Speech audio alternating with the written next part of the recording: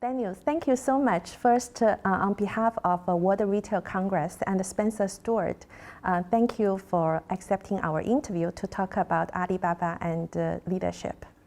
So you joined Alibaba in year 2007 and also became CEO in year 2015. And in year 2019, you took over Jack Ma, become chairman and CEO of Alibaba Group. So for those very people not familiar with Alibaba, and would you please describe the business and also the incredible journey you have taken for these past 20 years?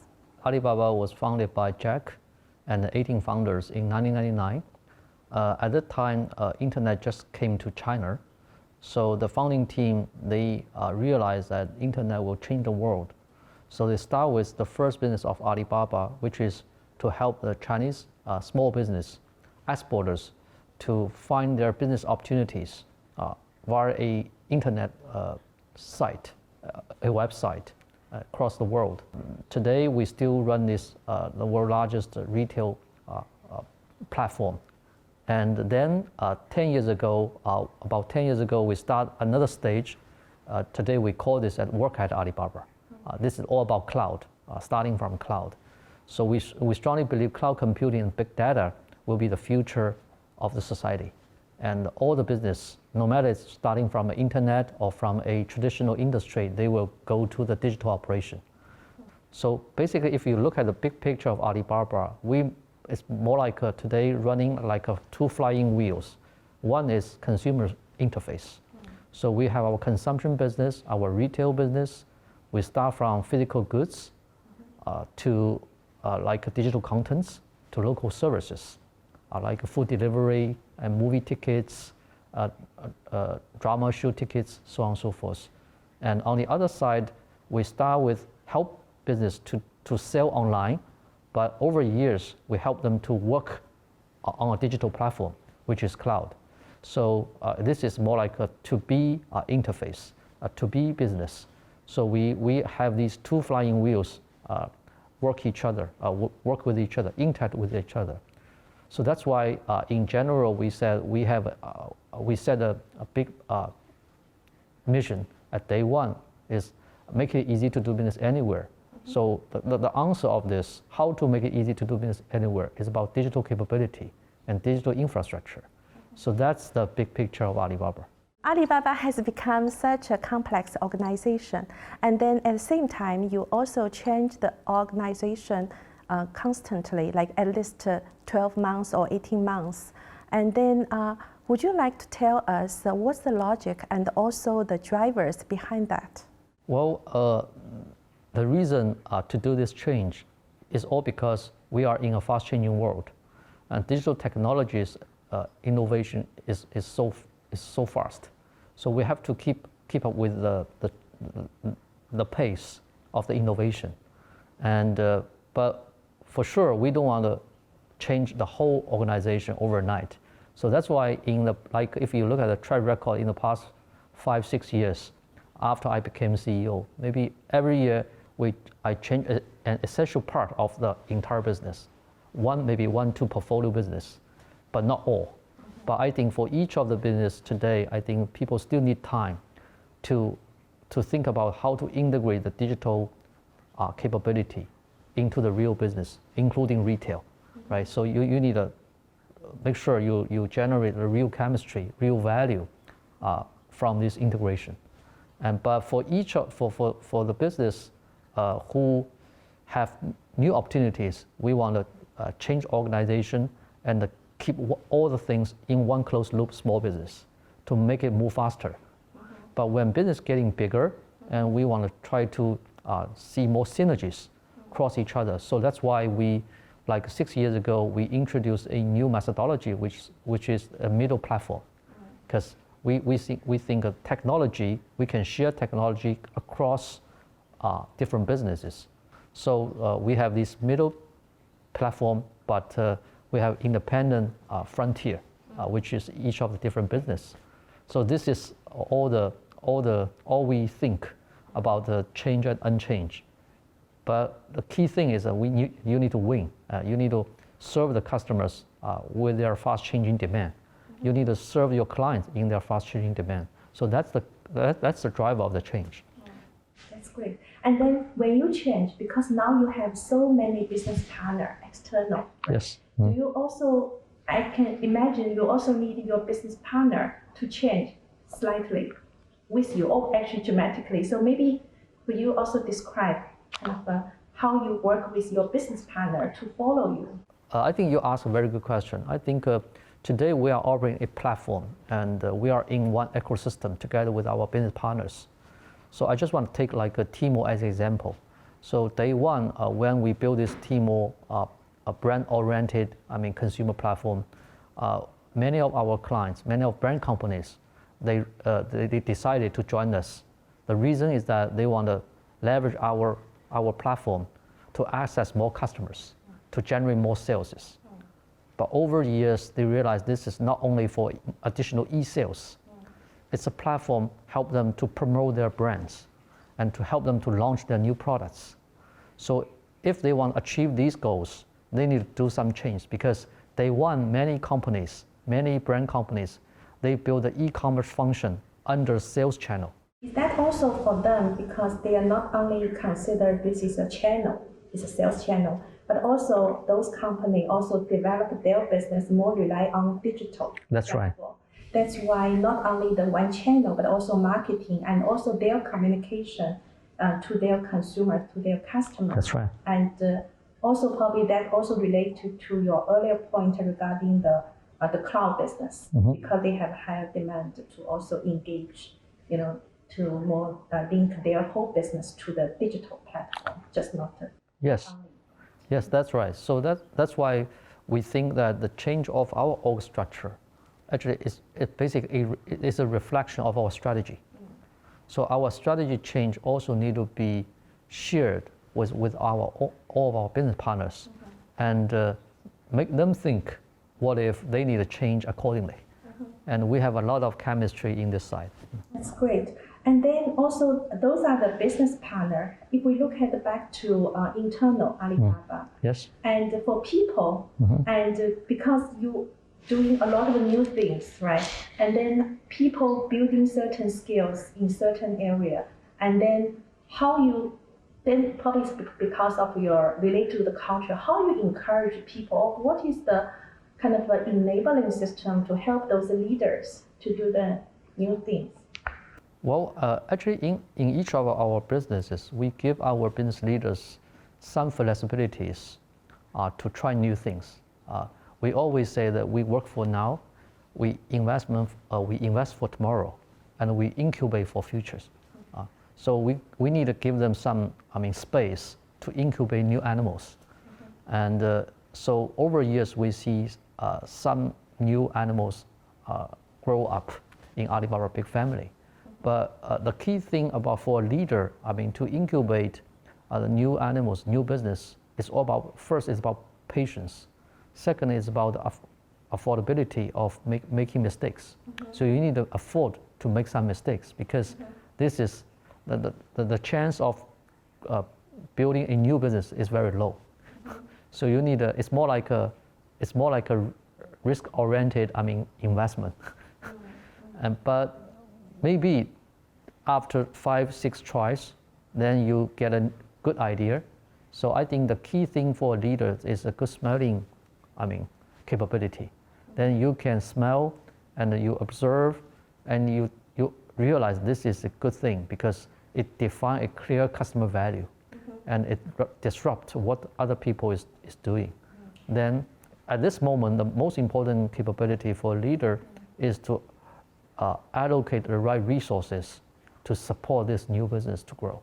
Alibaba is also very famous about the innovative culture. Yes. And then would you elaborate a bit more about how you actually maybe need to change the culture a little bit? Well, we always believe culture is so important to a company, especially if you want to build a sustainable business, a long-lived business.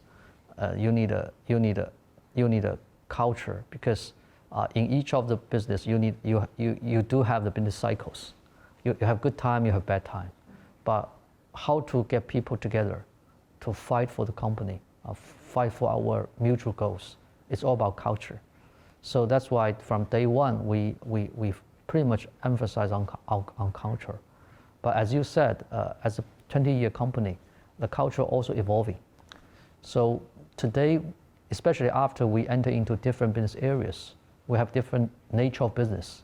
So you need a different culture. You need a slightly different culture, but you still share some same core cornerstone features, like we said, embrace the change. So as you previously asked, we strongly believe we have to embrace the change. If we don't embrace the change, the environment will change us. So you have to keep changing, keep trying new things, and think differently. Would you please tell us maybe a story or one specific things actually you do to embrace this kind of a culture or innovate to kind of embrace change? I think we have different kind of innovations. First is about the business innovation, which is like we create a new business. I think for this type of innovation, this is driven by the leaders, because this is not only a feature, this is not only about the technology, it's about business model innovation. So this is more like you can evolving and find new opportunities. But on the other side, we encourage people to adopt, especially engineers, to adopt new technology into the real business to create new things. For example, we like a couple of years ago, we start to try this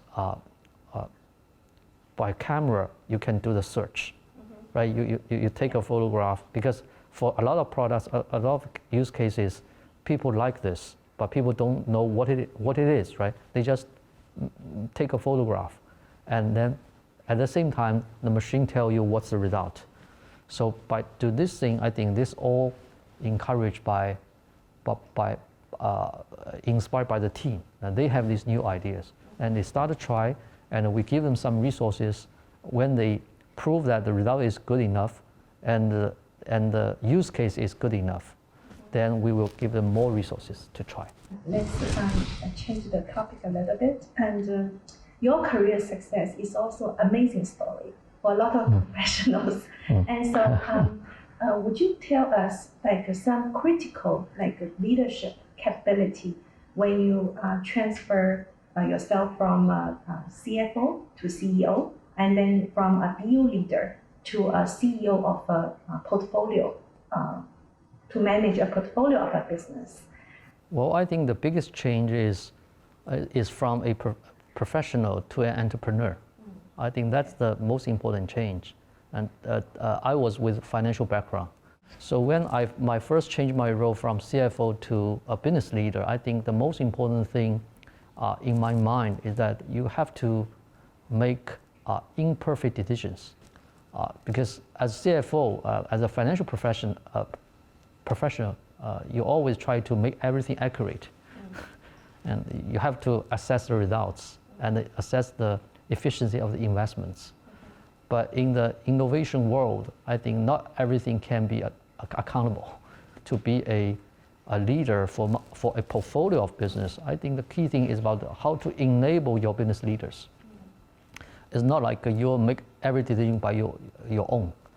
And how to enable them to be a better leader, how to enable them to make their decisions, to assemble their teams, and enable them to make their imperfect decisions. I think that maybe that's the current stage. Okay, that's great. Yeah, talk about those leaders maybe under you, and then the world constantly change, and also even faster, and especially for the COVID-19.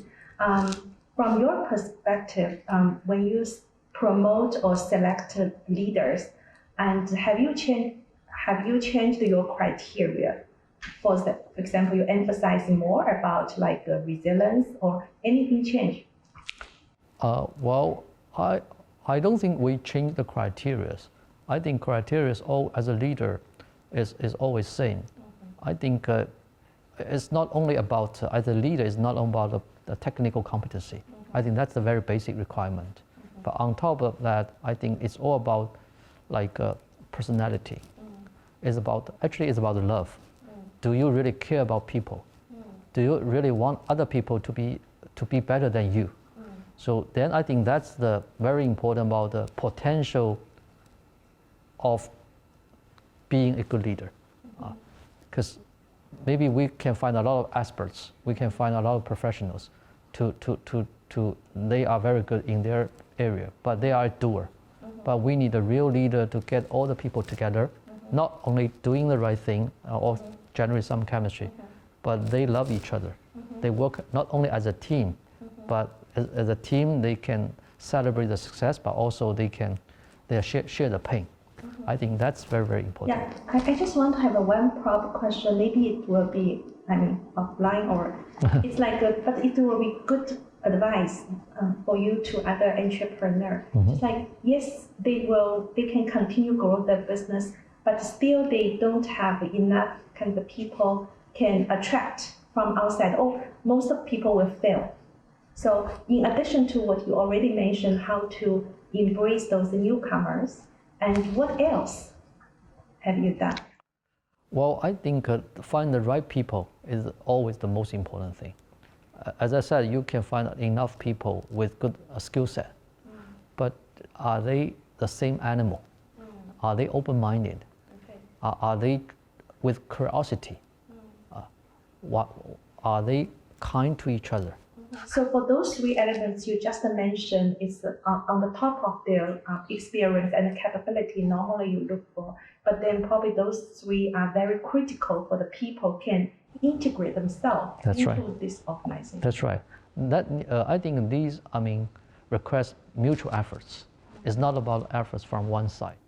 As Alibaba leads its strategy to become a good company for 102 years, so what's the ESG's role in your strategy to achieve the goal? Well, I think as a platform company, I think we are not we don't view us as a single business or a portfolio business. We think we are a company with a lot of social responsibilities, because we cover so many consumers, we cover so many business partners in different sectors. So you need to always think about the social responsibilities. Starting from 2010, we decided we donate 0.3% of our total revenue for social welfare. This is from Alibaba. But to me, this is a simple decision. Even this is an important decision, but it's a simple decision. Then customers tend to buy their products because of this kind of welfare program. So it's a win-win situation. Just curious, then do you have someone also in a very senior level just only look at this ESG topic or sustainability topic? No. So you require every leader. That's right. So we think this is the responsibility of everything business leaders. It's not one single segment. Yeah, maybe it's my last question for today. And what's the most difficult decision when you look back you have made in your either business environment or your personal decisions?